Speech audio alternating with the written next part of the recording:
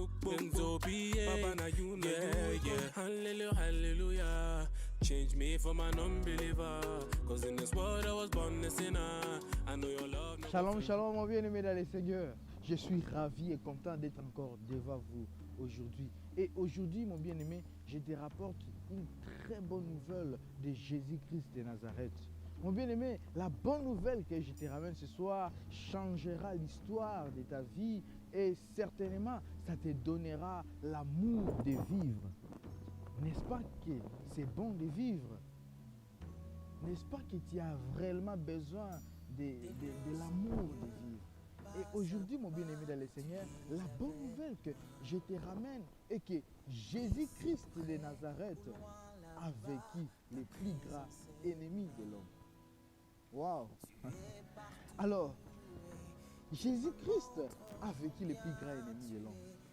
Alors, qui est ou quel est le plus grand ennemi de l'homme? La question que tous nous nous posons, est la pauvreté le plus grand ennemi de l'homme? Est-ce que l'homme lui-même, l'homme est le plus grand ennemi de l'homme? Est-ce que c'est la haine le plus grand ennemi de l'homme? Est-ce que c'est le diable ou les démons les plus grands ennemis de l'homme? Mon bien-aimé, je peux citer plusieurs choses ici et certainement je te dirai que ce n'est pas ça les plus grands ennemis de l'homme. Le diable n'est pas ton plus grand ennemi. Les démons ne sont pas tes plus grands ennemis. Mon bien-aimé dans le Seigneur, même l'homme, ton prochain, n'est pas ton plus grand ennemi. La pauvreté n'est pas ton plus grand ennemi. Les guerres, les maladies qu'on voit dans ce monde ne sont pas les plus grands ennemis. Alors, qui est ou quel est le plus grand ennemi de l'homme? Bien-aimé dans le Seigneur, certainement, pour connaître les plus grands ennemis de l'homme, nous devons rentrer dès le commencement. Quand toute chose a commencé, c'est là que nous connaîtrons qui est le plus grand ennemi de l'homme. Mon bien-aimé dans le Seigneur, certainement lisons ensemble le livre de Genèse dès le 15e verset. La Bible dit ceci: l'Éternel prit l'homme et l'établit dans les jardins d'Éden pour cultiver et les garder. L'Éternel Dieu ordonna à l'homme: mange librement tous les fruits de l'arbre du jardin, sauf du fruit de l'arbre de la détermination ou de la connaissance du bien et du mal. De celui-là, n'en mange pas, car le jour où tu en mangeras, tu mourras. Écoutez bien, Dieu lui-même dit que le jour où tu en mangeras, tu mourras. Mon bien-aimé dans le Seigneur, c'est facile de connaître ton plus grand ennemi. C'est facile de connaître les plus grands ennemis des hommes. Et Dieu lui-même, dès le commencement, avait révélé les plus grands ennemis de l'homme. Les plus grands ennemis de l'homme, mon bien-aimé dans le Seigneur, c'est la mort. La mort est ton plus grand ennemi. Oui, mon bien-aimé dans le Seigneur, ton plus grand ennemi, ce n'est pas ton prochain. Ton plus grand ennemi, ce n'est pas le diable. Ce n'est ni aussi la maladie, ni la pauvreté que le monde est en train de décrire aujourd'hui. Mais le plus grand ennemi, c'est la mort. Pourquoi? Parce que quelle que soit ton autorité, quelle que soit ta richesse, quel que soit ton niveau social, quel que soit qui tu es, quel que soit le niveau de ton argent dans les banques, quelle que soit ton intelligence, quelle que soit ta sagesse, mon bien-aimé dans le Seigneur, la mort te saisira toujours. La mort, tu ne sauras jamais échapper à la mort. La science ne peut jamais aider l'humanité à échapper à la mort. Mais la bonne nouvelle que je nous ramène ce soir, la bonne nouvelle est que Jésus-Christ de Nazareth a vaincu ton plus grand ennemi. Jésus-Christ de Nazareth a vaincu la mort. Mon bien-aimé, Jésus-Christ a accepté de prendre ta mort à la croix et il a été crucifié à la croix pour moi et toi. Après 3 jours, Jésus-Christ est ressuscité.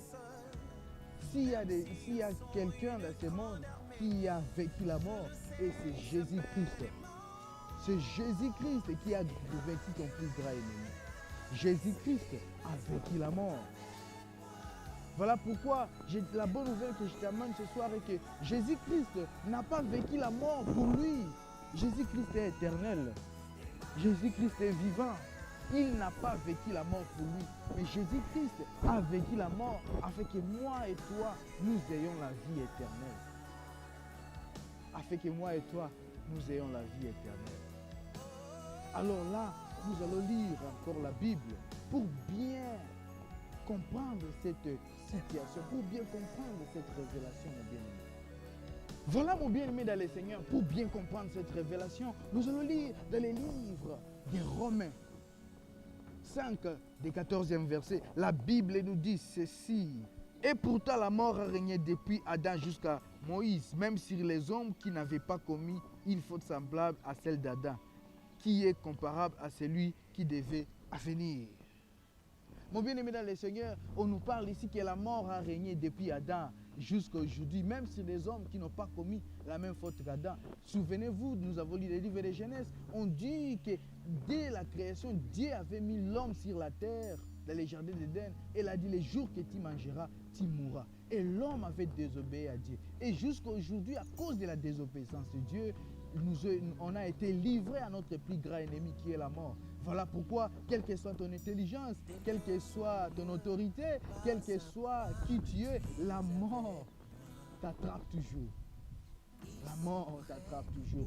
Mais la bonne nouvelle que je vous ramène est que Jésus-Christ a vaincu la mort. Et ici, la Bible nous dit, le verset 15, mais il y a une différence entre la faute et les dons de la grâce. Il y a une différence entre les péchés et les dons de la grâce de Dieu. Mon bien-aimé dans le Seigneur, on continue à nous dire, en effet, si la faute d'un seul a eu pour conséquence la mort de beaucoup, à combien plus forte raison la grâce de Dieu, les dons gratuits qui viennent d'un seul homme, Jésus-Christ, a surabondé sur beaucoup. Mon bien-aimé dans le Seigneur, si seulement à cause d'Adam, le péché a régné sur la terre, c'est-à-dire la mort a régné sur la terre à cause d'Adam, à combien plus forte raison Jésus-Christ nous a amené la vie. Les dons de Dieu nous a amené la vie. Pour comprendre les dons de Dieu, j'aimerais que nous puissions lire dans les versets suivants, dans les versets de Romains 6, 23. Romains 6, 23 nous dit ceci. Romains 6, 23 nous dit, car le salaire que versent les péchés, c'est la mort. Oui, mon bien-aimé, car le salaire que versent les péchés, c'est la mort. Oui, mais, les dons de la grâce que Dieu accorde, c'est la vie éternelle dans l'union avec Jésus-Christ. Mon bien-aimé dans le Seigneur, le salaire du péché, c'est la mort. Mais les dons de Dieu, les dons de la grâce que Dieu accorde, c'est la vie éternelle. C'est-à-dire que Jésus-Christ a vaincu la mort pour que moi et toi, nous puissions avoir la vie. Pour que moi et toi, nous puissions vivre éternellement. Mon bien-aimé dans le Seigneur, les dons gratuits de Dieu est que Jésus a vaincu la mort. Pas pour lui. Jésus a accepté de mourir à la croix à cause de nos péchés, de nos iniquités, des mal, du mal que nous avons fait. Et Jésus a vaincu la mort à la croix. Voilà pourquoi après 3 jours, il était ressuscité. Lisons dans le livre de Jean 11, des 25e verset. La Bible dit ceci. Moi, je suis la résurrection et la vie. Jésus nous dit. Celui qui place sa confiance en moi vivra, si même il meurt. Waouh! Jésus-Christ dit, je suis la résurrection et la vie. Celui qui croit en moi, c'est-à-dire celui qui place sa confiance en moi, vivra, même quand il serait mort. La mort que je vous annonce ce soir, ce n'est pas la mort seulement de la chair. Mon bien-aimé dans le Seigneur, c'est la mort éternelle. Jésus-Christ revient bientôt. La fin de toutes choses arrive. La fin de toutes choses arrive. La fin de toutes choses arrive. Le monde tend à s'en. Jésus-Christ revient bientôt. Mais la bonne nouvelle est que Jésus-Christ est la résurrection et la vie. Jésus-Christ vient nous donner la vie éternelle.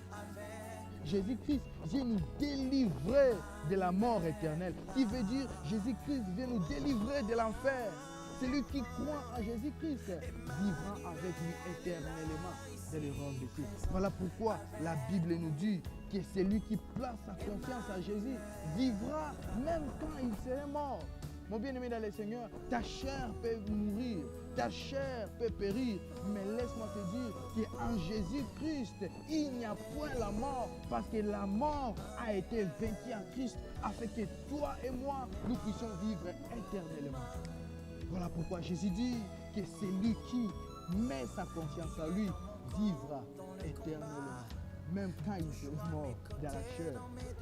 Mon bien-aimé dans le Seigneur, vois ce que la Bible nous dit encore dans le verset 26. Et quiconque vit, croit en moi, ne mourra jamais. Crois-tu cela? Jésus-Christ dit, quiconque vit, croit en moi, ne mourra jamais. Crois-tu cela? Ça veut dire quoi? Ça veut dire que moi et toi qui sommes encore en train de respirer l'oxygène, si tu crois à Jésus-Christ, tu ne mourras jamais. Tu ne mourras jamais. Tu ne mourras jamais. Crois-tu cela? Voilà pourquoi aujourd'hui, Jésus-Christ veut te donner la vie éternelle. Jésus-Christ veut te libérer de cet ennemi de la mort pour te donner la vie éternelle. Mon bien-aimé dans le Seigneur, ce n'est pas le diable qui t'a donné la mort, c'est le péché. Mais Jésus a vaincu les péchés pour nous libérer de la mort afin que nous ayons la vie éternelle. Voilà pourquoi la vie éternelle que Jésus-Christ te donnera, même le diable ne peut pas te l'arracher. La pauvreté ne peut pas te l'arracher. Les autorités ne peuvent pas t'arracher. Mais Jésus-Christ te dit, même quand tu vivras, tu ne mourras jamais. C'est-à-dire, quiconque qui vit ne mourra jamais en Christ. Ne mourra jamais en Christ. Voilà pourquoi je t'appelle ce soir, mon bien-aimé dans le Seigneur. Jésus veut mener une vie d'intimité avec toi. Jésus veut mener une vie personnelle avec toi. Voilà, mon bien-aimé dans le Seigneur, les dons de la grâce de Dieu et que ton ennemi, la mort, a été déjà vécu. Jésus-Christ le dit, quiconque vit et croit en moi ne mourra jamais. La mort a été déjà vaincue. Voilà pourquoi celui qui nous a menés à la mort a été aussi déjà vaincu, qui est le péché. Jésus-Christ a pris ton péché, a pris mes péchés, a pris les péchés de l'humanité. Il a cloué à la croix. Et après 3 jours, il est ressuscité. Pour nous prouver qu'en lui, nous pouvons encore vivre. Regarde, la Bible nous dit ceci, le livre de Thessaloniciens 5, le verset 9. Car Dieu ne nous a pas destinés à connaître sa colère, mais à posséder le salut par notre Seigneur Jésus-Christ. Mon bien-aimé dans le Seigneur, la mort dont je parle ici, ce n'est pas la mort seulement de la chair, c'est la mort éternelle. Jésus revient bientôt prendre ceux qui sont en lui. Mais la bonne nouvelle est qu'il veut que toi aussi et moi nous soyons sauvés. Mon bien-aimé dans le Seigneur, Jésus-Christ ne veut pas que nous puissions partir en enfer. L'enfer n'appartient pas aux hommes. L'enfer n'a pas été créé pour les hommes. L'enfer a été créé pour les diables et les démons. Voilà pourquoi aujourd'hui, mon bien-aimé dans le Seigneur, la bonne nouvelle est que Dieu nous a destinés à être sauvés en Jésus-Christ notre Seigneur. Donne ta vie à Jésus. Jésus veut avoir une relation personnelle avec toi. Je ne t'appelle pas ce soir à adhérer à une religion. Non, pas une religion, mais vivre une relation personnelle avec ton Père céleste. Avec ton Père céleste qui veut te donner la vie éternelle. Celui qui a vaincu la mort à ta place. Voilà pourquoi si tu veux donner ta vie à Jésus, crois de tout ton cœur que Jésus-Christ t'a sauvé. Confesse de ta bouche que Jésus-Christ est ton Seigneur et ton Sauveur. Mon bien-aimé, si tu vas encore beaucoup, si tu veux donner ta vie à Jésus, texte-moi, écris-moi en privé dans les messages, dans ces réseaux sociaux. Et tu vivras la gloire de Dieu. Mon bien-aimé dans le Seigneur, pour toi qui as déjà donné ta vie à Jésus-Christ, toi qui es déjà enfant de Dieu, voilà ce que la Bible nous recommande dans le livre de 1 Thessaloniciens 5, 8. La Bible nous dit ceci.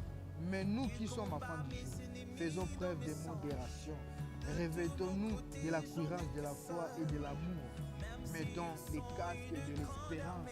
Mon bien-aimé dans le Seigneur, toi qui es déjà enfant de Dieu, toi qui as déjà donné ta vie à Jésus, je te recommande, moi ton frère, à faire preuve de modération. C'est-à-dire à ne pas te livrer encore aux choses de ce monde. Apporter les courages de la foi et de l'amour. Mon bien-aimé, demeure dans la foi, demeure persévérant dans la foi et demeure aussi dans l'amour du prochain. Et enfin, garde l'espérance. Garde l'espérance, car celui qui t'a promis est fidèle. Il accomplira sa promesse. Jésus-Christ revient bientôt. Gloire à Dieu. Merci d'avoir écouté cette bonne nouvelle et sache que Jésus-Christ nous aime tous. Que Dieu vous bénisse.